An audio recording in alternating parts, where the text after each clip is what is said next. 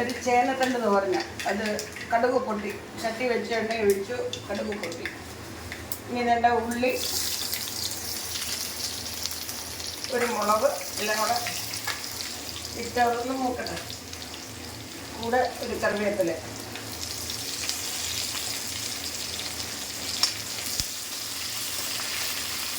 ഇനി അരപ്പിടാൻ പോവുക. അരപ്പിട്ട് അതൊന്ന് അരപ്പിൻ്റെ പച്ചയൊന്ന് മാറണം.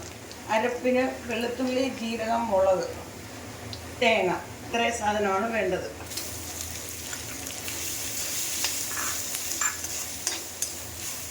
എൻ്റെ പച്ചമണം ഒന്ന് മാറട്ടെ. എൻ്റെ പച്ചമണം മാറി വരുന്നു. ചേനത്തണ്ട് ഞാൻ കൊത്തി അരിഞ്ഞ് ഒരു ഇച്ചിരി ഉപ്പിട്ട് ഒന്ന് കൂട്ടി വെച്ച് അത് പിഴിഞ്ഞെടുക്കുക. അതിൻ്റെ ഇച്ചിരി വെള്ളമയോ ഒക്കെ ഉണ്ട്. ഉപ്പിട്ട് പിഴിഞ്ഞതിൻ്റെ കാരണം ആ ചൊറിച്ചിലോ വല്ലതും ഉണ്ടെങ്കിൽ അങ്ങ് മാറാൻ വേണ്ടിയിട്ടാണ്. ഇത്തിരി ഉപ്പിടാം. അരപ്പിൽ ഉപ്പ് വേണമല്ലോ.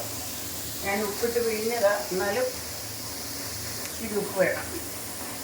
എല്ലാവരും ഒന്ന് വെച്ച് നോക്കണം. ചേനയും കണ്ടുകൊണ്ടോന്ന് അറിയത്തില്ല, പക്ഷേ ചേനത്തണ്ടൊക്കെ മേടിക്കാൻ കിട്ടുമല്ലോ. ഇനി അതിൻ്റെ കൂടെ ഇച്ചിരി ചെറുപയർ കൂടെ ഇടാൻ പോവാം. കുറച്ച് മതി. അത്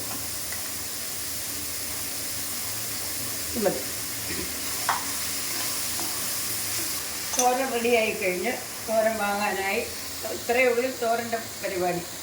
അത് ചെയ്യുമ്പം എല്ലാം ഒന്ന് ശ്രദ്ധിച്ച് ചെയ്താൽ നമുക്ക് ഏറ്റവും രുചിയായിട്ട് നമ്മുടെ കുഞ്ഞു മക്കൾക്കൊക്കെ കൊടുക്കാൻ ഏറ്റവും ബെസ്റ്റായത്.